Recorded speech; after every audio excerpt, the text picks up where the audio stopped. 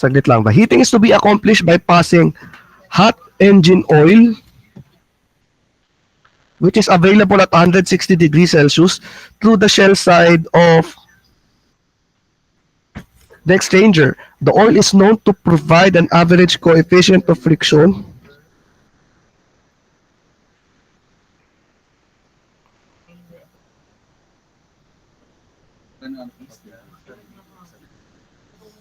of 400 watt per square meter Kelvin on the outside of the tubes.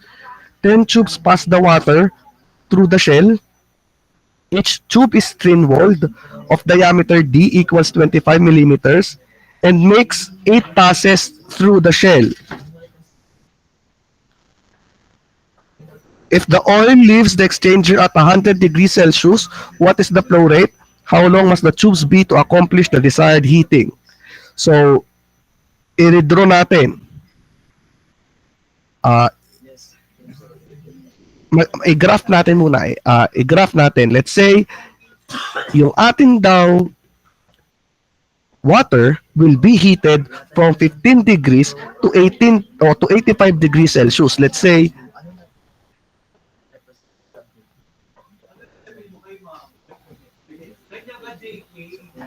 from 15 degrees Celsius na water to 85 degrees Celsius. So, ibig sabihin, uminit yung tubig natin. And then,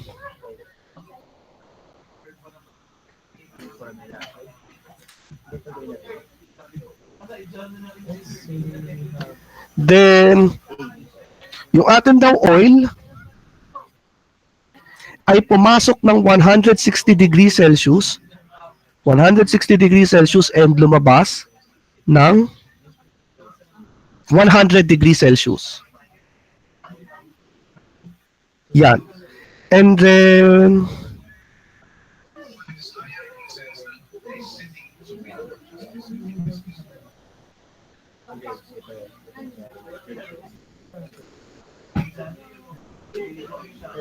ano pa ang given natin? Given tayo ng coefficient ng oil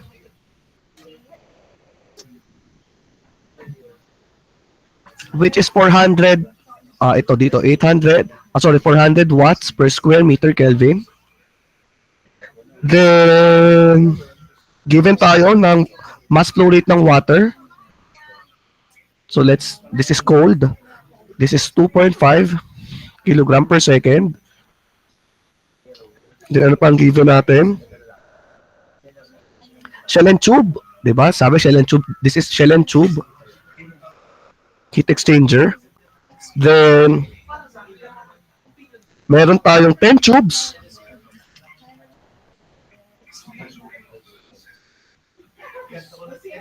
Sabi, 10 tubes pass the water through the shell. And each tube is thin-walled. Diameter ng tubes ay 25 millimeters. And it makes 8 passes, 8 tube passes.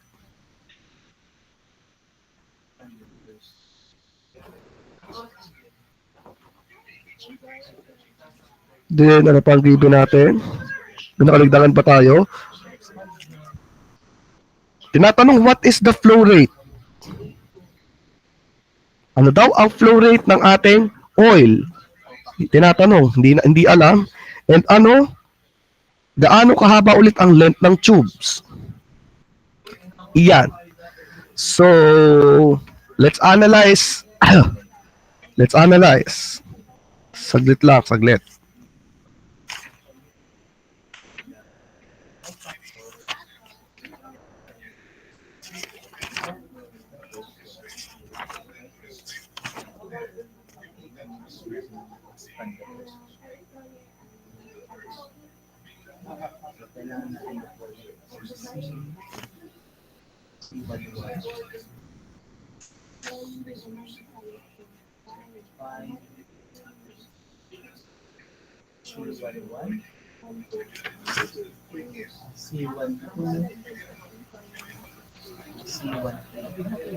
Yan.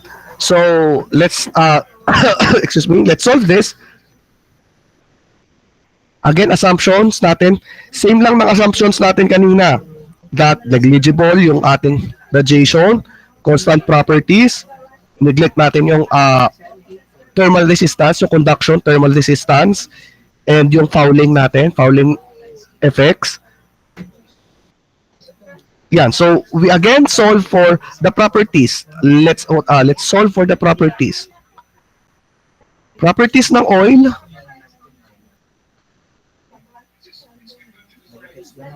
So your Tm is 160 plus 100, 260, 130 degrees plus 273.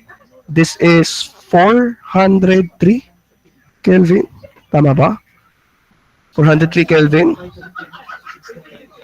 403 Kelvin. So give me the values of CP.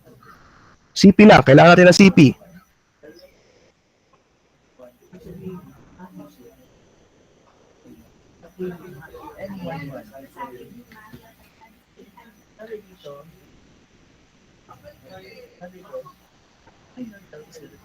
Give me the value of CP.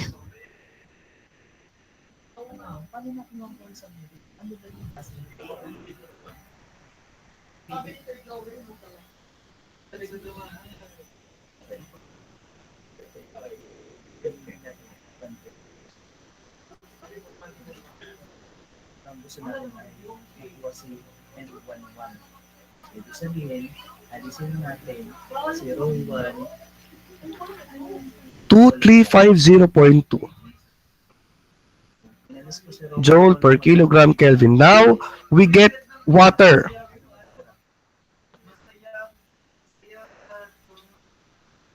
Water is 85 plus 15. That's 100. That's 50 plus 273. This is 323 Kelvin. Give me the value of CP, your absolute viscosity, your K, and your Prandtl.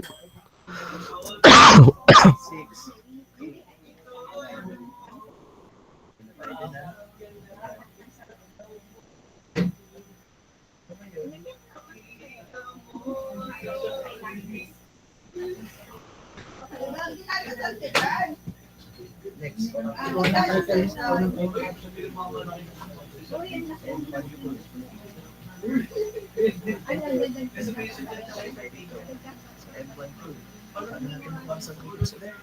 Ano ang CP natin? 4181.2. Our absolute viscosity.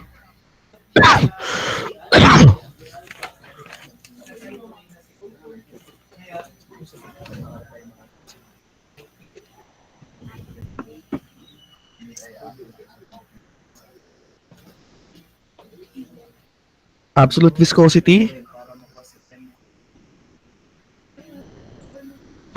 Yes, 3. That's 547.6. Your K? 547.6. Times 10 to the negative 6. Guys, huwag kakalimutan. Times 10 to the negative 6. Your K, thermal conductivity.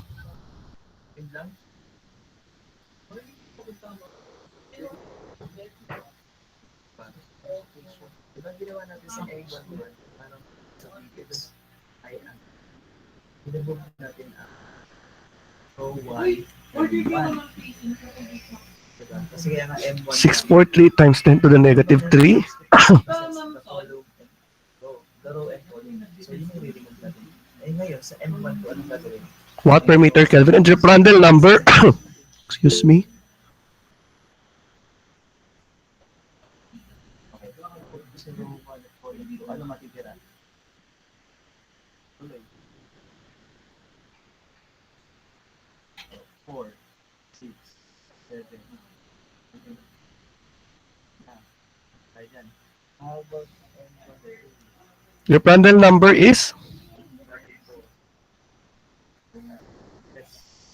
3.56.